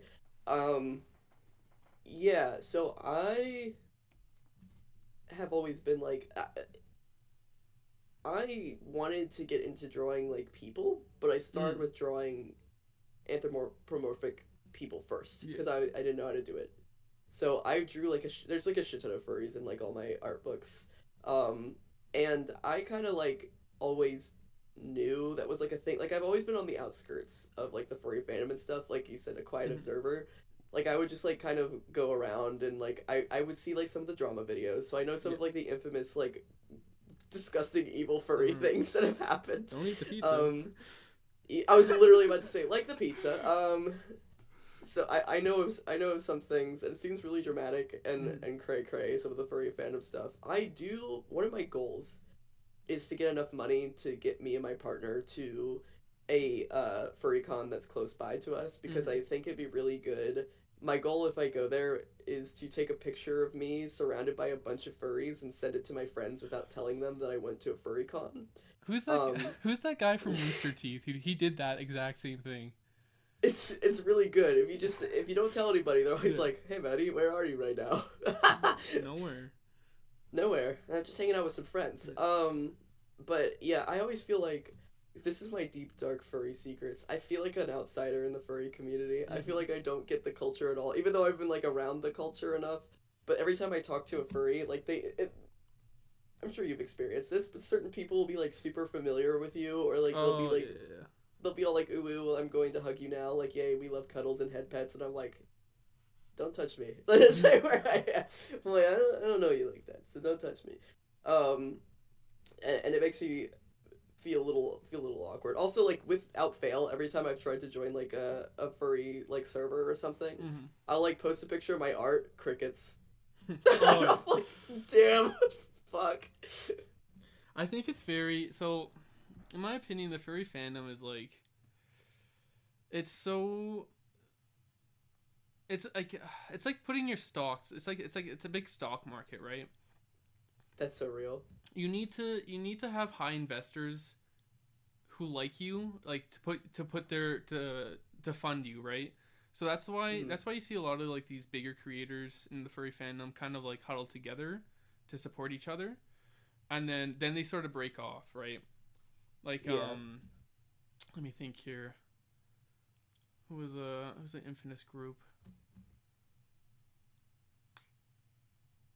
I guess Barley's pretty big right now. Anyone who connected to Barley's kind of getting big. There's like this one furry I just kind of like recently discovered called Oh Dear It's Seth, and I was like, who the heck is this? And they're like, oh yeah, like only because like people from Barley's community is now supports them because like that person's like their Uh, video editor, and it's like it becomes I like this see. big it becomes this big thing, and I'm like, oh wow, it's like yeah, so Yeah, I feel like the furry community gets a little clicky. Like mm-hmm. it certainly does. I think it's interesting because it's like bizarre, I guess, that it would be that way. Yeah, Because yeah, at the same time, it is very like I think because like you said, it has done a lot for LGBT culture. It is like super open there. So I think if I were to like go to a con, for example, and just start talking to someone normally, they would yeah. probably be like, "Yeah, man, you're chill." Um, and like so I'm not like necessarily afraid of anyone in that aspect. It's just like yeah, if you try to talk to anyone in an online sphere, it's like a little awkward. um and I always have like I just have like this feeling where I'm like, damn, am I fake furry? But like again, I've been here through like the whole thing. I've been here Mm-hmm. through thick and thin. Okay, I've been through all the craziness, and I see what it is. I've gone through the furry trenches like everyone else and earned my stripes of people saying furries are cringe and weird and perverted, and you sit in the background and think to yourself, oh god, I can't let anyone know. I can't let anyone know I'm drawing silly dog people right now. Silly blue dog people, as a matter of fact. Uh, The silliest. the mouse Sona I have, he's not like a true Sona, I would say. Mm-hmm. Um, because I'm still trying to figure out my true Sona. But for like the longest time, I would go through. I had like a like deer Sona for a while. That Oh was my no, the first deer Sona. sona. Okay. Yeah, deer Sona for a little bit. Unicorn was one of them for a little Mm-hmm. bit too. Um, and then I was kind of like, yeah, I don't really know for a hot minute. I just didn't Mm-hmm. know what I was doing. People kept telling me I was like a cat, but I felt like that was too Yeah. obvious. I was just like, yeah, whatever. Um, and Mouse, which is just literally his name, but as in like the thing you use to click around on a computer. Yeah, clicky mouse. Clicky Mouse. Yeah, he stems from, so my partner got really into Shadowrun, which is, are you familiar with I am Shadowrun? not. It's like No. a cyberpunk system. Okay. Um, that's basically what it is. It's just like cyberpunk, but a little bit different. Different paint on it. It's very customizable. It's very complicated, Mm-hmm. and you could canonically be a furry in it. I'm pretty sure. So I made Mouse kind of for fun because like my partner and I were like making jokes about like really cool cyberpunk names, and one of them was Catalyst Pump, which because I was just like, what's like an absurd like fucking name, and he took that as like his persona's name. So we have like this sick ass white wolf that's Catalyst, and Mouse is supposed to be like a cyber ghost, which is like basically Ghost in a Shell. No way. yes, 100%. Like they are kind of a living person. It's a lot like Paprika too, if you've ever seen that movie, where it's like you are an existing consciousness that is broken off of somebody, but you kind of become your own like thing. So Mouse is like kind of a real person, kind of not, and doesn't really understand like morals and stuff like that. Probably gave Catalyst an ego death. But he's like more of an OC. Like I'm like giving you OC lore right now. I just like him a lot. But I'm like, yeah, he'll because this is the thing that I think is fun about personas that I try to like educate some of my friends who ask me furry questions about. They're like thinking really hard about their persona, and I'm like, sometimes your persona can just be an OC you like quite a bit. You could like figure out the details later. But Mouse has been sticking around for a while, so he's my little guy. I like Mouse quite a bit. I've been like a bear furry forever. Even like a preschooling child. I have a vivid memory of like at preschool and where like it's like story time or whatever, and the teacher's like reading the story, and I raise my hand up, and in like a little kid like voice, I'm like, the teacher's like, yes, Gabe. I'm like, they're like, I respond, I'm like, I like bears. It's like like a little kid. Oh, little kid energy just does not know the time or place. And they're just like, that's very nice. Anyways, yeah, moving on. That's great. You knew what you were about since the dawn of time. Actually, I know my brand. I own. I go shopping for clothing, and I'm like, is there any bear clothing here? And I'm like, yes, no. I'm like, yeah, I'll buy it. No, I'm out of here. That's so fucking real. That's so real.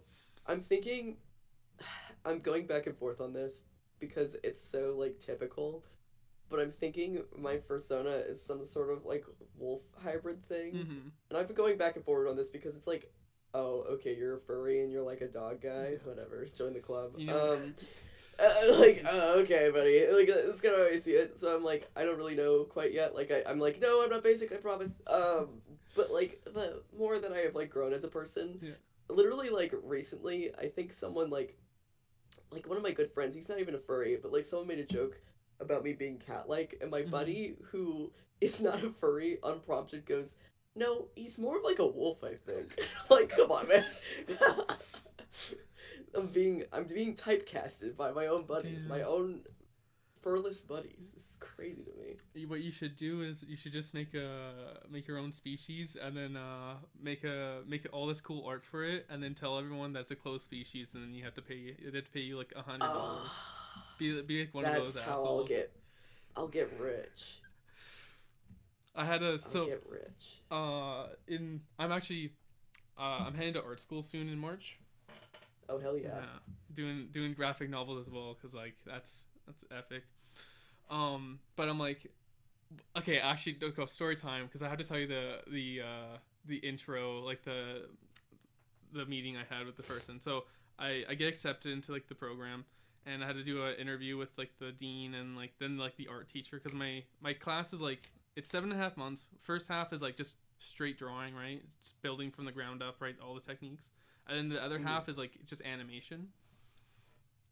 And so I submit all my pictures, and I'm like, I had to submit my portfolio, and I'm like, I have like nothing good, because all my good stuff is furries and warrior cats. So I'm like, whatever, I don't think they'll I just have to show. So I do my interview, and I'm with the guy, and he's chill, right? And he's like, you're furry, right? I'm like, oh my god. And he's like, I'm like, yeah. He's like, no, that's a good thing because you know your market. I'm like, okay, thank you. Like, and he's like Yeah, no, reassuring no, me. no, they're chill, they're And chill. he's like, he's going through all my like my warrior cat art, and I'm like, he's like, he'll click the next button on like the computer. It shows like you know the one, you familiar with the one?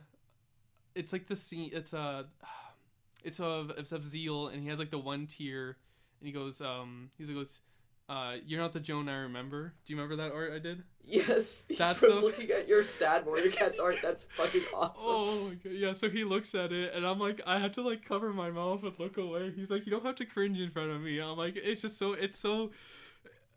You're like That looking makes such at a my visceral soul right reaction. here, right? Like I'm pouring everything out.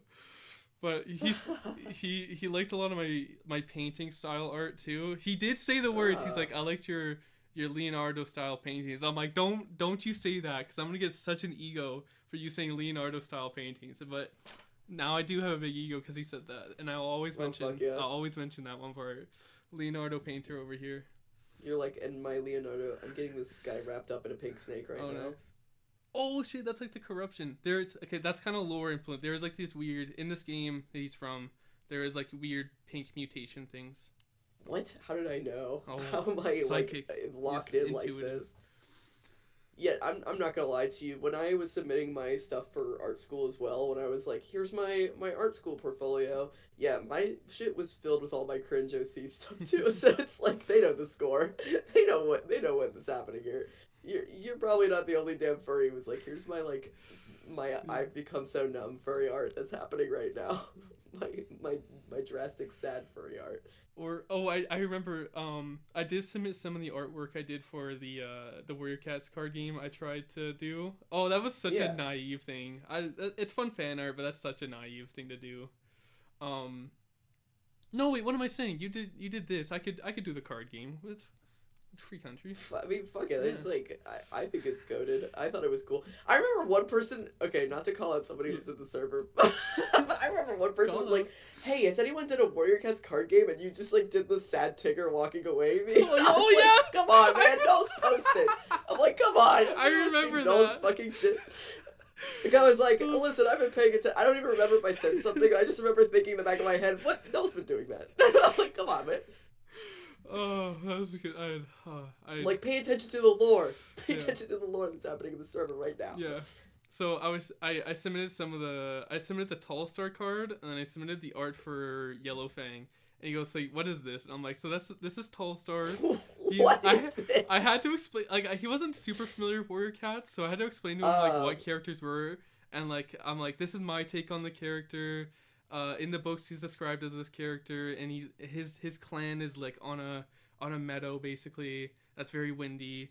And then he's like, okay, so you can interpret things. I'm like, yeah, I could do that. He's it was so I had to explain to him like what Warrior Cats was like on the fly in this That's interview. fucking It was, awesome.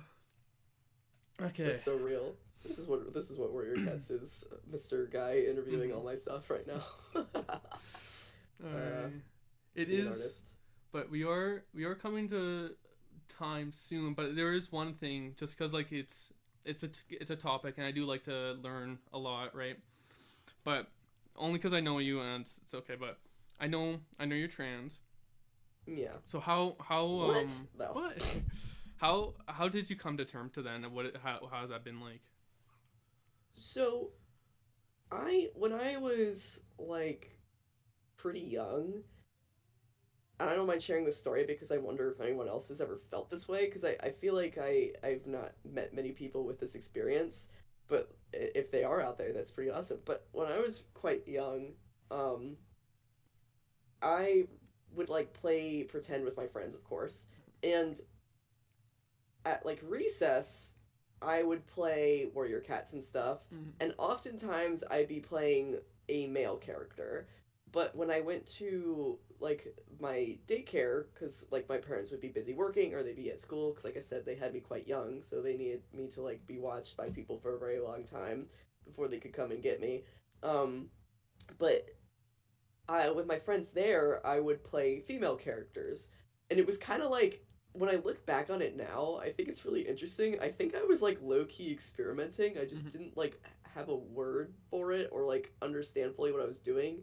I think genuinely like if society wasn't so like weird about gender, I Mm-hmm. genuinely wonder like what my mindset would be around stuff like that because I don't like really perceive myself as someone who is gender fluid Mm-hmm. despite like kind of having those habits.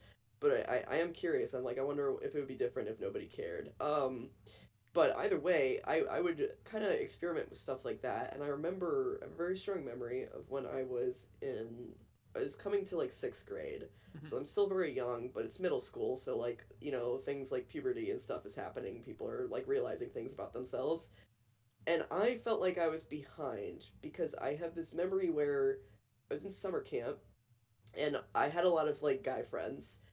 And we're like playing pretend or whatever. We're in like a pool, and uh, these two guys keep like everyone becomes weightless in water. These two guys Mm-hmm. keep like trying to like pick me up, which Uh-huh. is whatever. Yeah. But it becomes like a thing where they're like, I could tell they were like fighting over me in like a weird like Oh yeah, yeah, okay. I like you way, and it like Getting your suddenly hit attention, me yeah.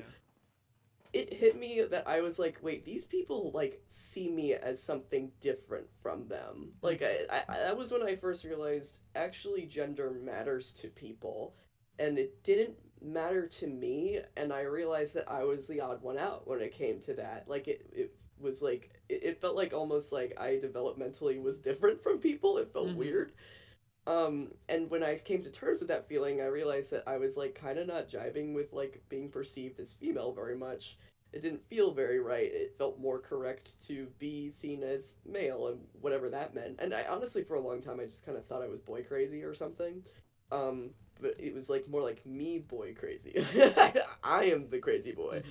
Uh, so that was like my weird realization with it, but it took me a while to like actually I think like I knew since then that something was different, but it took me a minute to like actually be like sit down and be like I am transgender. Like I think literally in high school, like mid-year, which I know like for some people it takes them even longer, Mm-hmm. so I'm not going to pretend that like that wasn't super young for me.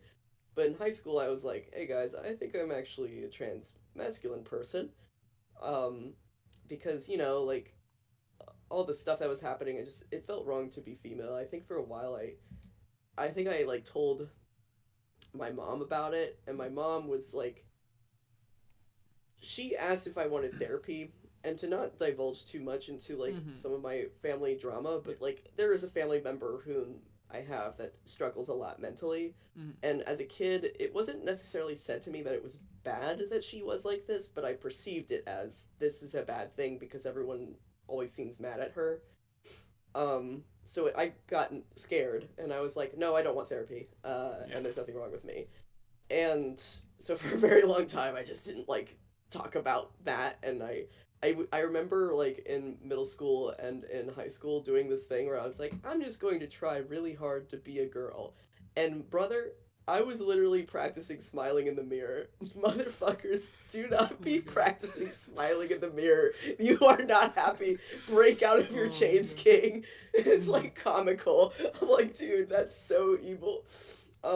So inevitably, thankfully, I stopped doing that, and I lived my based fun transgender life. I am, as of more recently, uh, starting testosterone very soon. I Mm-hmm. started it like, briefly, but then I had to get off of it because of like some blood testing stuff. Yeah. But I will be getting back on it soon. So yay! I'm beginning my medical transition very soon. Okay. So poggers. Mm-hmm. I bring it up because like to me it's very fascinating because like I've looked at it like I'm a I'm a cis male. Ooh, roast me in the Uh, chat. Cis male alert, right? And No, don't like say that. I'm so scared. No, I'm kidding. you're cis. And like my upbringing, like the people around me, because I live in a pretty conservative. Like conservatives and Republicans, they're very similar, right? So like I live in a Mm, very conservative area, and um, a lot of like it was very common to be very hateful towards these sort of people, and I'm like it just doesn't really make sense in my head, mm-hmm, because I'm like although I'm a guy, right? I'm quite feminine, right? Like I have very lot of feminine energy, and um because of like my more of like my spiritual like side, right? My spiritual side, my spiritual beliefs, right? Like uh like because my mom, she was very into like I want to say pagan, but like witchy stuff, right? Right. Yeah, It doesn't. To me, it's like it's your soul that counts, right? It's not so much our bodies just reflect our souls, and because we constantly change as humans, right? And like yeah, relative, like we live such short lives, right? Like what is like 80, 90 years? That's like that's nothing, right? So I couldn't. genuinely. So like it's weird that like why would you waste your time trying to stop people from trying to live their short lives, right? And Yeah, like that is a big thing. Not to cut you off, it's yeah. just like the mindset you have too, where it's like you think about it and you're like, I don't understand like why anyone would care that hard and things like that too. Because yeah, it is very much like we have this weird thing going on in society where I do believe that the strict like not to get all my transgender agenda on you now, but like Yeah. we have such a strict belief system around gender identity to the degree that it is kind of more of a control thing Mm-hmm. more than anything. Because genuinely, I think if gender did not matter socially, Mm-hmm. I don't think any of us would be giving it this much credence. I almost wonder like how different transgender people would be. Yeah. Like I like would that be perceived as a different thing? Would people even give a damn about gender if it mattered so much? You know Mm-hmm. what I mean? Like if pronouns were merely just tools we used, which they basically are, Yeah. but like we treat them so heavily. It's like I wonder, you have to wonder what it could have been. It's kind of weird because it's to humans, right? It's so. I mean, like it's the only people that care are humans because we look at the animal kingdom and there's so many species that are able to be like that can change genders, right? We got Oh yeah. there's like there's reptiles, there's certain rodents, even like lions, like female lions. If there's no male lion for the pride, the dominant female will actually start to grow a mane and take on the role as a dominant male, right? Yeah. I mean, look at hyenas. You telling me they all have that between their legs, all of them, even the females. All of them. Like, Yep. oh my god. And even if we look back in history, like there is cases of like transgender, like let's say like just top of my head, like the Aztec priests would like were considered both genders, right? Yeah. Well, actually, I shouldn't say both genders, right? Like, but I mean like they're considered like to be so close to God, right? To God that it transcends their gender identity.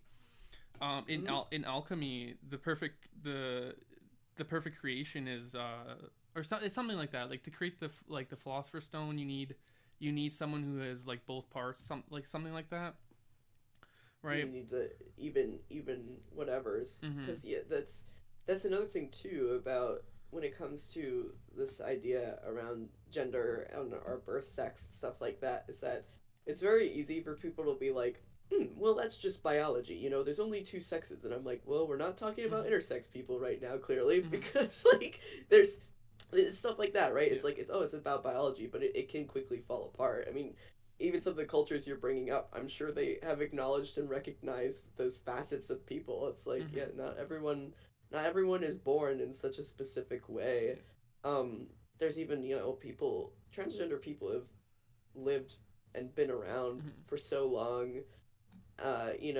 It's just, I think it's interesting seeing people discuss certain like people who have maybe like quote unquote disguised themselves as a specific gender, and now Mm-hmm. people are finally opening up the idea that like based on like some of the recordings of these people, maybe they weren't disguising themselves, maybe that's just how they wanted to be Mm-hmm. seen. So it's It's interesting. and then just to take it like once. Actually, no. No, I was gonna. Okay, this one. Just to for more examples, I was hesitant to say this one, but in in Japanese ghost stories, like there's a yokai that's like by day they're a man, but by it was something like that. It's like by day they're a man, by night they're a woman, and it's like, Mm. but that's kind of a bad example because yokais are like monsters, and that's Yeah, well, Yeah. the history of queerness and Yeah. monsters and shit is also very interesting and Mm-hmm. and an intricate subject for sure, because that certainly has been around for a while too, Mm-hmm. based on feelings and things like that. Like Yeah. shit, there's a lot of classic horror movies and stuff, or movies in general, where if they have queer characters, it's like, oh well, they either have to be a bad person or end in tragedy. Otherwise, we wouldn't Mm-hmm. have had them anyways. It's like, yeah, this is why we do like villainy a little bit. Yeah. So that's my take on it. It's well, actually, hold on. Let me add one more thing. I think the reason why the general public, actually, I should say general public. I think the reason why transgenderism is such like a hot topic right now is because relative to existence, humans like we're still such a primitive like species. Like we haven't even existed for that long, Mm-hmm. right? So as we evolve, it will just become. Actually, well, what am I trying to say here? Like we're just right now we're still very primitive like species, and we're still learning a lot. So. Yeah, I agree. I feel like a lot of people, when they discuss things like transgenderism, I think it's, while I don't think it necessarily should be a complex subject, I do think like some people, when they discuss things like gender, I do feel like they are like reaching heights that I'm like, unfortunately the general public certainly is not going to understand this subject matter, Mm-hmm. which bumps me out a little bit, because I'm like, fuck man, you are like, there are some people who are like laying down theory that is so transcendent, and that's why like whenever people make fun of classes like gender theory and shit like that, I'm like, no, because it's actually like really interesting. Mm-hmm. It's social stuff at the end of the day, right? Like, learning anything about our social structures as human beings is always going to be really interesting to me. um I don't know, like it is one of those things like I feel like, yeah, I feel like some people just aren't ready to have that conversation, but I think we're finally pushing the conversation a little bit more. Mm-hmm. Sometimes breakthrough needs to happen because we need to have an uncomfortable conversation. Man. The flower field grows. Well, that was a very, very good interview. Actually, was it really more of an interview? Kinda. Yeah. Yeah, it's an interview. Yeah, it's an interview. It was my yap fest. Yeah. Well, thank you for being on. I really appreciate Yeah, it. yeah. Do you have any final words for anyone who's watching, or any advice for the viewers? Any advice? My advice is always remember to scrub the shit out of your scalp when you're washing your head. Get that dandruff And out. wash behind your ears. Yep, get that dandruff out, okay? It's just buildup. It's just buildup. Just get it out. It's gonna be fine, guys. Unless you have a fungal infection, then see a doctor. All right. Well, this is the end of Sketchaholics. We'll have another Sketchaholics meeting very soon, hopefully. The See you lucky guys. sketchaholic. Yeah. See you guys later. Bye bye.